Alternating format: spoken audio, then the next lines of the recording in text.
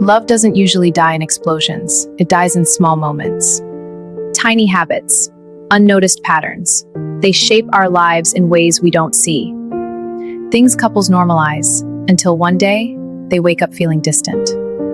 Today we're talking about the things that slowly kill love, without you even realizing you're doing them. Let's start simple.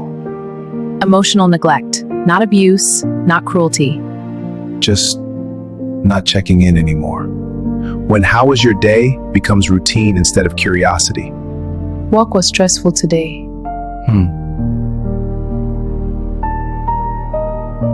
See that? That's not a fight. That's not dramatic. But she just felt alone. And he doesn't even know it happened. That's how love weakens quietly. Another silent killer? Assuming you already know your partner, so you stop asking questions. You stop discovering them. I've been thinking about changing careers. Why? You'll find where you are. He didn't mean to dismiss her, but he closed the door on curiosity. When curiosity dies, connection follows. Comfort is beautiful, but comfort without effort becomes complacency. We're not going anywhere fancy, right? That moment right there, she just felt unseen. Not unloved, unnoticed.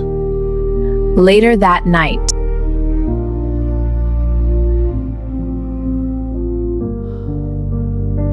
when someone feels unseen long enough, they stop trying to be seen. One of the quietest killers of love, keeping score. I did this for you, so you owe me that. It's subtle, but it turns love into transactions. And marriage was never meant to be a scoreboard. I cleaned the house yesterday. And I worked all day. Notice something, they're both tired, but now they're competing over exhaustion. When love becomes competition, intimacy loses safety. Another slow killer? Unspoken gratitude.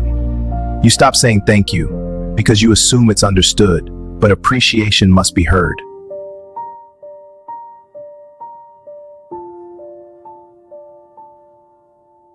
She didn't need a speech, just acknowledgement. Silence feels like indifference, even when it isn't. This one is dangerous. The "I shouldn't have to tell you." Expectations without communication. That's resentment waiting to grow. What's wrong? Nothing. That nothing wasn't nothing. It was a test. And he didn't know he was being tested. Unspoken expectations slowly suffocate love. Let's talk about tone. Not insults, just small dismissive tones.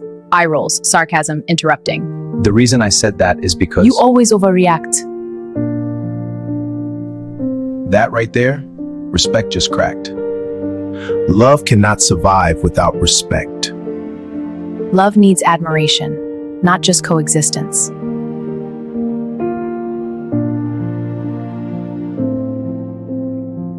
Here's where things shift. The partner who felt unseen stops reaching. Not to punish, but to protect themselves, because repeated disappointment teaches the heart to retreat.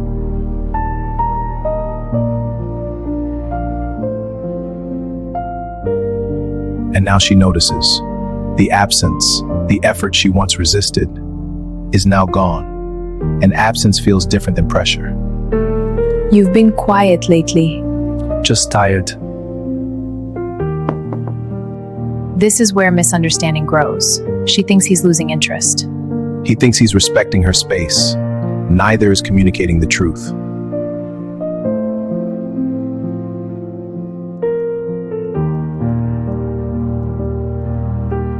Here she sees a romantic couple video. She starts comparing hers. Comparison is dangerous because you compare highlights to your ordinary. And ordinary starts to feel empty, even when love is still present.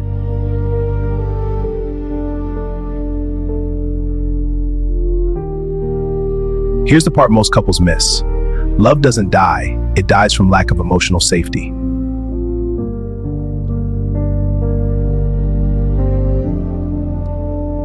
See that hesitation? That's emotional armor. When someone protects themselves long enough, their reflex changes. Do you ever feel like Like what? we're just roommates? That word, roommates. That's when couples know something is wrong, but they still don't know why.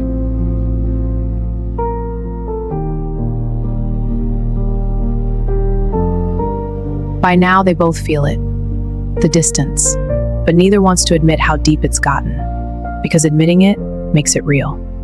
Most couples think love fades because of time or routine, but time doesn't kill love. Unresolved emotion does. Love dies where resentment lives.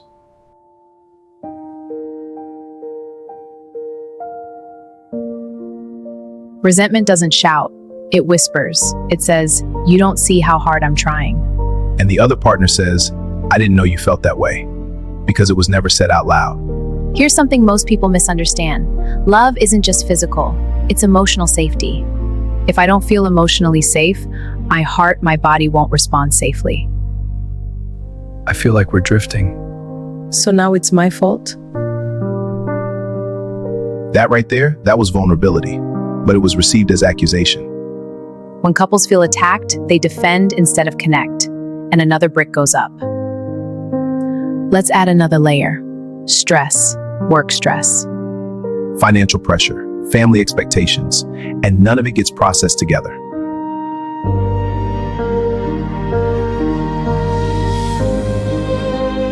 Here's the truth. Love is still there, but it's buried. Under ego, under exhaustion, under unspoken pain. And if nothing changes, they'll call it falling out of love. Do you think we're okay? I don't know. Here's the part many couples miss. Love doesn't disappear overnight. It gets buried. Under silence, under pride, under fear of being misunderstood. But what's buried can be uncovered. I think we stopped talking about how we feel. I didn't feel safe saying everything. I didn't know you felt unsafe. I didn't know how to say it without it sounding like blame. Rebuilding love isn't about grand gestures. It's about emotional safety, listening without defending. Speaking without attacking, admitting fear without hiding behind pride. Most couples don't need to fall in love again. They need to feel safe again. I miss us. Me too. If you're watching this and something felt familiar, that doesn't mean your relationship is over. It means something needs attention. Love rarely dies suddenly. It fades quietly. But quiet things can be repaired quietly too. Before you say we fell out of love, ask whether you stopped feeling safe.